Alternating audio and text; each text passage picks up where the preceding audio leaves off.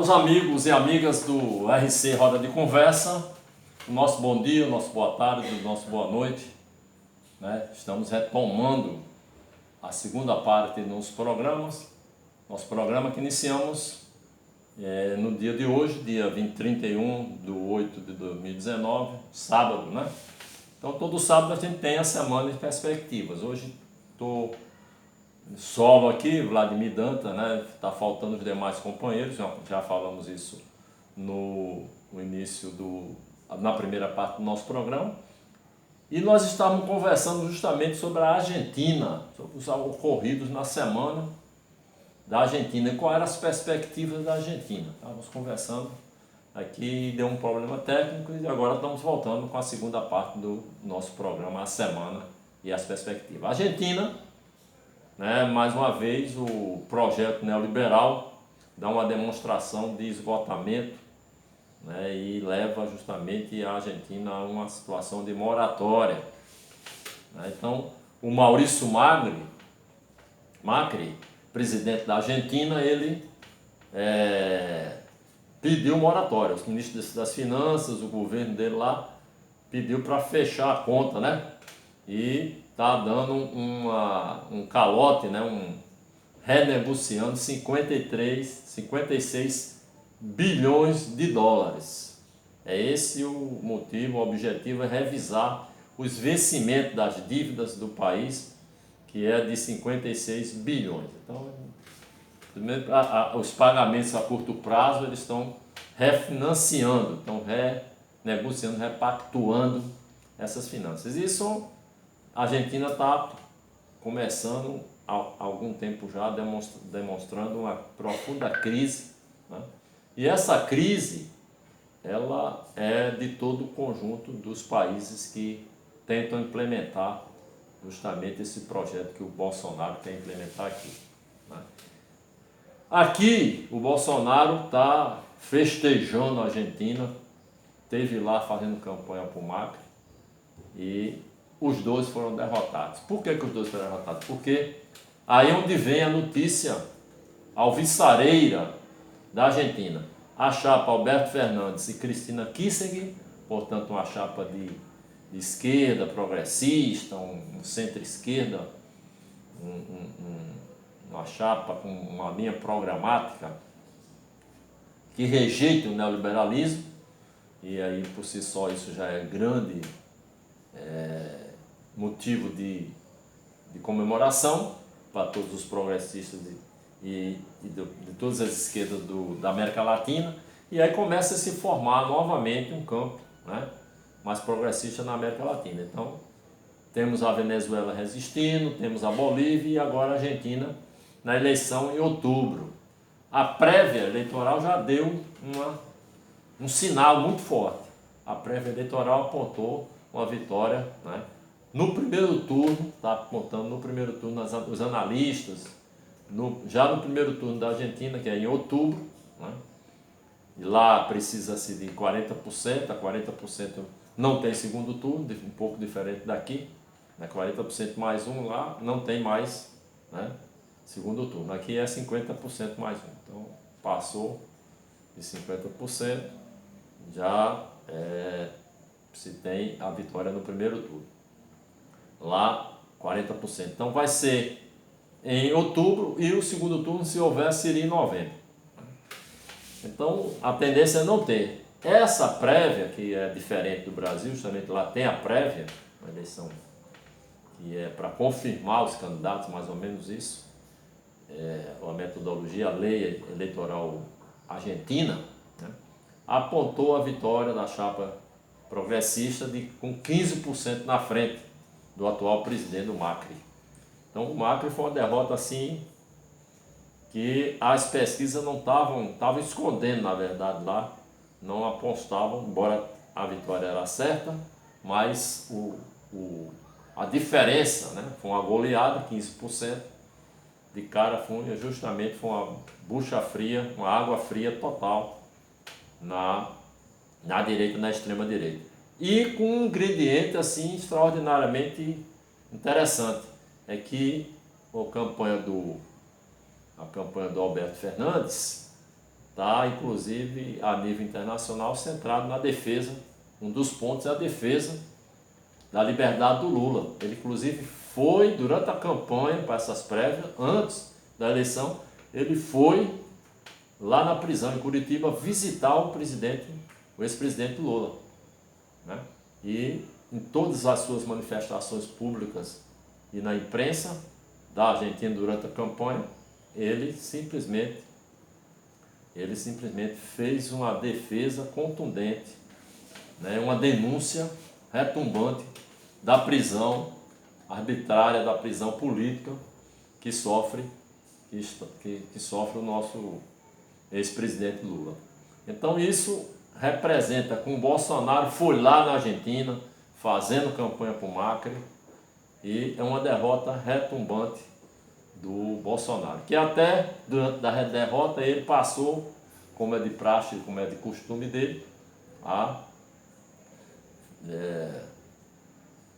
falar impropriedades, falar agressões ao povo argentino, né?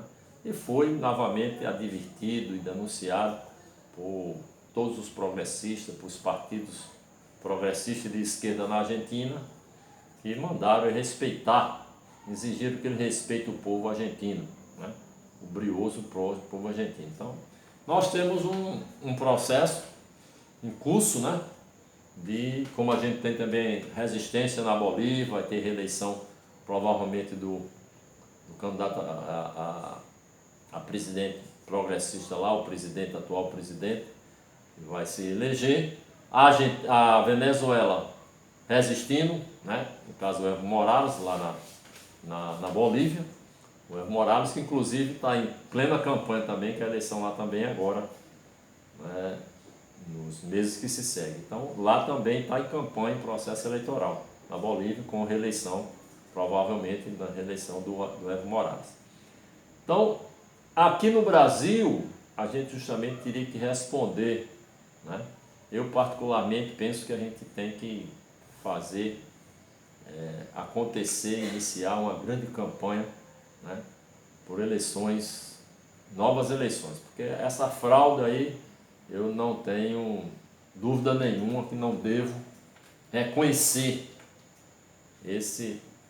essa pessoa que está aí na presidência da República, porque é uma eleição fraudada, uma eleição que estabeleceu todo um processo fraudulento, desde o nascedouro, em todo o processo, do próprio processo eleitoral, mas o próprio nascedouro, com a prisão arbitrária, com a prisão forjada, que o Lava Jato, aí, o Vaza Jato está bem demonstrando que foi a Lava Jato, uma operação, né, para justamente trabalhar todo o processo de golpe que foi se desenvolvendo, né?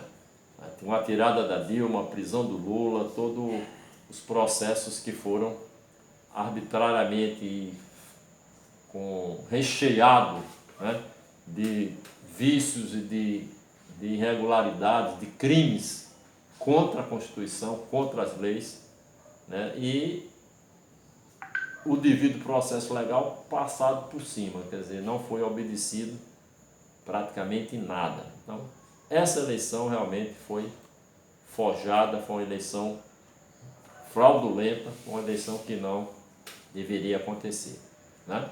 E esse resultado não nos chama em nada, né? Em nada para a legalidade. Então, no modo de entender, uma ilegalidade completa. Então, você que está conosco, meu amigo, minha amiga, aqui no seu RC Roda de Conversa, né? Também temos como fato muito importante,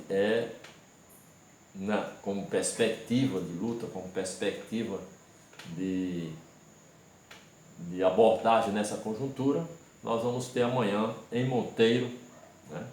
Vamos ter em Monteiro, saindo do Internacional, só para fazer um certo ping-pong, né? Depois voltamos, porque tem a questão internacional importantes ainda a serem comentadas. Mas fazendo um parênteses, para dar a importância, né, do processo que está acontecendo no Brasil, que pode também se somar, né. O que a gente vê é a campanha Lula Livre crescendo, o que a gente vê é cada vez mais pessoas repudiando. Sai uma pesquisa também, Vox Populi, mostrando justamente a queda vertiginosa do governo Bolsonaro, né? O Bolsonaro e a equipe dele festejando um crescimento de um PIB de 0,4%, demonstrando justamente que eles estão se agarrando em tudo que pode, e ao mesmo tempo, né, que eles fizeram todo tipo de agressão à estrutura do Estado brasileiro. Então eles estão passando por cima de tudo, estão respeitando a autonomia da Polícia Federal, eles estão fazendo modificações nos órgãos, pressionando os órgãos para mudar a metodologia, no caso do IBGE, no caso de outros órgãos que têm, né, já fizeram um desmonte no meio ambiente, e amanhã vai vir outra resistência, um movimento de resistência somando a esse processo todo.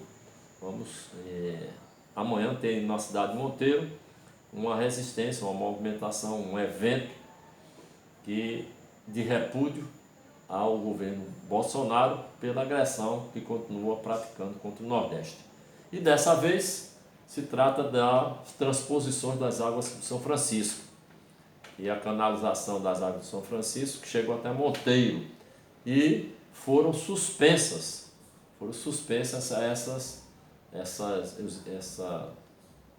essas águas.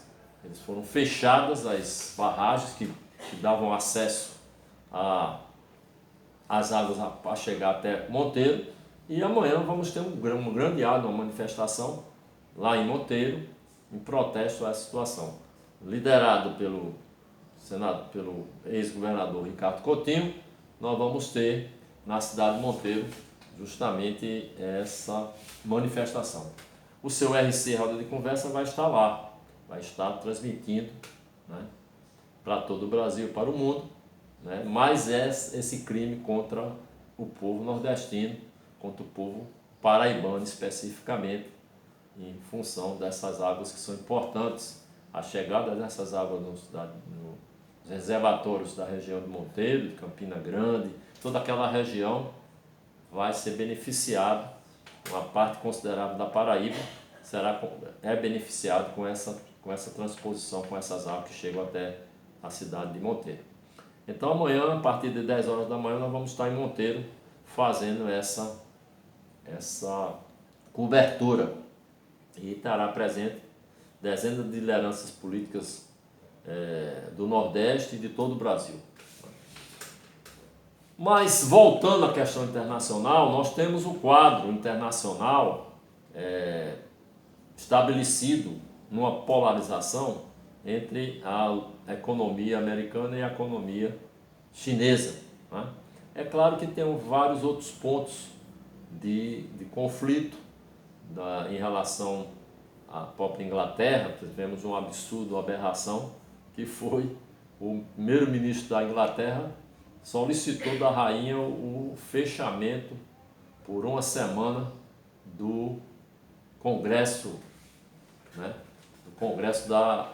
do Reino Unido, lá da Grã-Bretanha.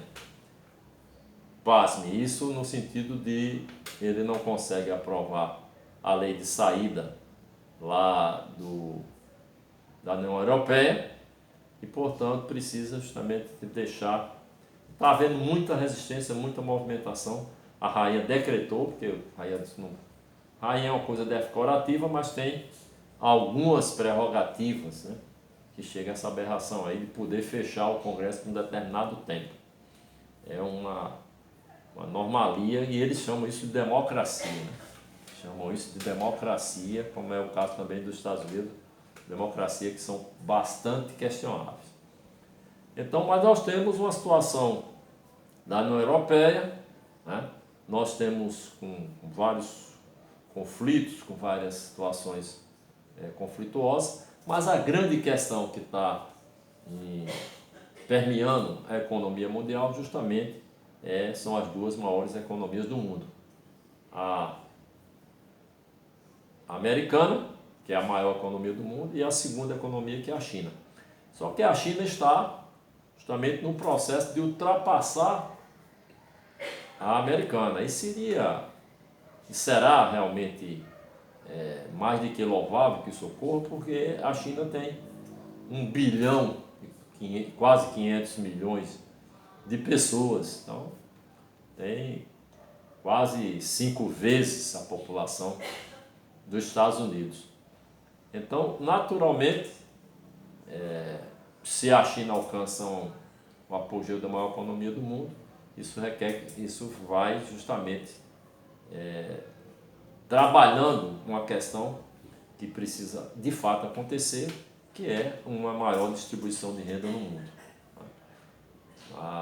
O fato da China ter mais de 1 bilhão e 500 milhões de pessoas, quase 1 bilhão e 500 milhões de pessoas,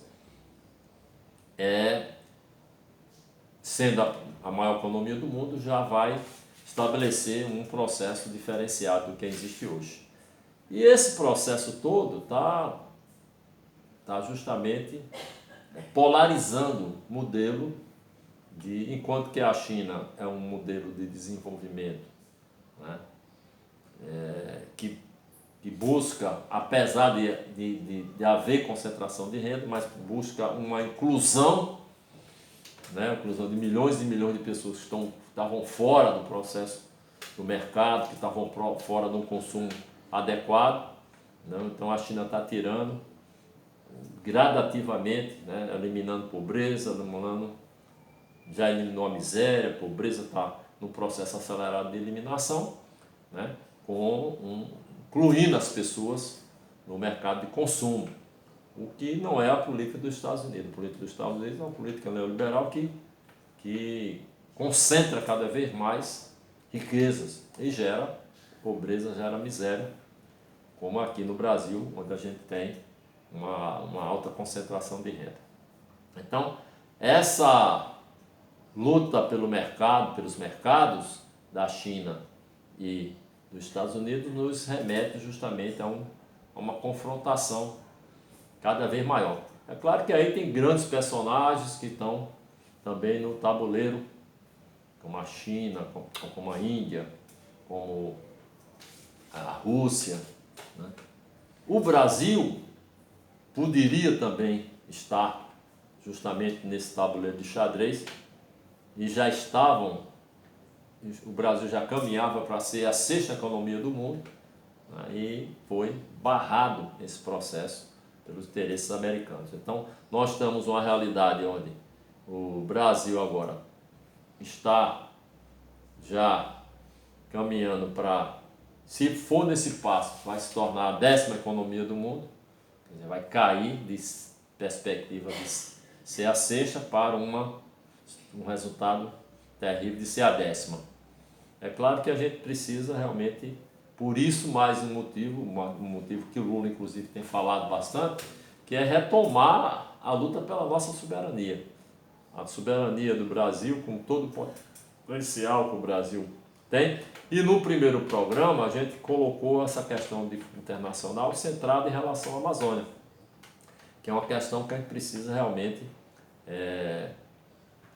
para sintetizar essa disputa hegemônica que existe perante essa tentativa de hegemonizar o mundo por parte dos Estados Unidos, né?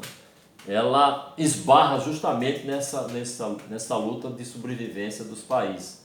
E a Rússia está fazendo um contraponto em relação à própria questão armamentista. Então a gente tem uma corrida também armamentista, onde a Rússia desponta como também conseguir superar, né, em breve a parte armamentista dos Estados Unidos. E junto com a China fazem uma aliança, apresentam-se como uma alternativa de liderar o desenvolvimento do mundo. Então essa questão está nesse contexto. O que é que a gente tem? O Brasil. O Brasil passa a ser realmente um país muito importante nesse tabuleiro por conta das nossas reservas, por conta das grandes reservas, por conta das reservas naturais e da capacidade de produção que o Brasil pode vir a desenvolver, né? A floresta amazônica, que criminosamente passa a ser o centro das atenções do mundo todo. O Bolsonaro fez questão de chamar, né, o mundo todo para cobiçar ainda mais a Amazônia. Botou para queimar a Amazônia, né, cortando funcionários, retirando proteções, estimulando os poderosos da região a destruir a floresta, e as queimadas, a floresta amazônica ardendo em fogo, fez com que a sanha, né, dominadora das empresas e das potências mundiais passasse a uma cobiça ainda maior com a Amazônia. Aí volta aquela cantarilha de dizer que a Amazônia é internacional, um bem mundial, né? E passam a fazer um processo de humilhar ainda mais o Brasil e humilhar mais ainda o Bolsonaro. O Bolsonaro, ele faz questão de ser humilhado, né? Porque ele o filho vai lá nos Estados Unidos, então tudo isso, beijar as botas do Trump e dizer que quer fazer, né, uma política totalmente aliada aos Estados Unidos. Quer dizer, um absurdo abrir mão da nossa soberania. E leva justamente à União Europeia, ao G7, a todo mundo, né, ativar a sua cobiça pela Venezuela. No G7 fizeram lá uma decisão de doar dinheiros. Na verdade, o que a gente tem que dizer para a União Europeia, né, é que eles tentaram fazer assim, dar uma esmola ao Brasil, né? E o Bolsonaro ficou no bate-boca de ordem pessoal, de ordem completamente absurda, sem altivez nenhuma, como quem está dizendo assim, não quero dar para a União Europeia, não quero dar para a França, a Amazônia é dos Estados Unidos. Praticamente ele diz isso, a Amazônia é dos Estados Unidos, nós vamos explorar a Amazônia junto com os Estados Unidos. Então ela tenta fazer isso, se oferece de todo jeito, mas os interesses dos Estados Unidos não podem se chocarem diretamente com os da União Europeia, a França, a Inglaterra, a Alemanha, tem interesses na Amazônia. Então o que a gente precisa, na verdade, é superar esse governo para justamente estabelecer um governo soberano e que diga com todo tom: a Amazônia é do povo brasileiro. A Amazônia é patrimônio do povo brasileiro. A Amazônia é território do Brasil, né? E estabelecer, né, uma libertação da Amazônia, porque já está lá os tentáculos da França, da Inglaterra, estão colocados lá dentro. Várias nações estão comprando terra lá dentro. Então, a França já tem um pedaço da Amazônia ali com a Guiana Francesa. Eles já estão ali cercando, né, e tem os interesses na biodiversidade da Amazônia. Então isso realmente é um processo que a gente tem que estabelecer. Então, meu amigo, minha amiga, que você está aqui conosco hoje, só comigo, com o Vladimir Dantas, mas todos vamos estar juntos lá em Monteiro, amanhã, nesse domingo, né? Você que está conosco, dá aquele like, né? Aciona o sininho para receber nossas correspondências e manter esse contato. E faz sua inscrição, né? Faça inscrição assim no seu RC Roda de Conversa, né? E nós estamos nesse processo militante, iniciando esse canal, né? Quero também fazer um chamamento a todos os amigos e amigas que estão já apoiando o seu RC Roda de Conversa para intensificar, para compartilhar as nossas produções. Amanhã vamos estar fazendo uma cobertura completa lá em Monteiro, na cidade de Monteiro, aqui na Paraíba. E a gente quer se despedir estabelecendo algumas questões da semana, né? E encerrando no dia de hoje. O Bolsonaro, ele não para de ter, né, conflito dentro da sua base de apoio. Então ele está insistindo, justamente agora passou a fazer um confronto lá com o Dória, né? Agora ele abriu o leque, disse que não tinha compromisso com o Moro para o Supremo Tribunal Federal, né? Então ele realmente está, me parece que a gente está tendo uma perspectiva de o Bolsonaro ir num processo de isolamento cada vez maior, né? Processo de isolamento, as pesquisas Vox Populi que saíram agora nesse final de semana, apontam justamente uma queda vertiginosa, uma queda significativa do Bolsonaro, mesmo, para você ter uma ideia, mesmo nos eleitores do Bolsonaro, né, ele reconhece que o melhor governo que o país já teve foi o Lula. Então isso mostra justamente que o povo está, aquela parte do povo que votou enganada, que votou por influências das fake news, influência de manipulações de toda a natureza, né? Influência de uma facada falsa, eles estão chegando à realidade. Então a realidade está chegando até aí. E como eu falei pela manhã, na primeira parte do nosso programa, falei que é importante a gente refletir sobre uma frase que é muito usada por todas essas pessoas, inclusive da extrema-direita, como o Bolsonaro, quando eles estão querendo justamente enganar a população, eles ficam jogando uma frase, um refrão, que é bíblico, né? Que diz: a verdade vos libertará. Assim, e eu digo que é preciso modificar essa frase. É preciso que a gente tenha que trabalhar a frase de uma forma realmente verdadeira, né? A frase que eu penso que é preciso ser refletida, né, e repetida é: a verdade liberta e a liberdade nos aproxima da verdade.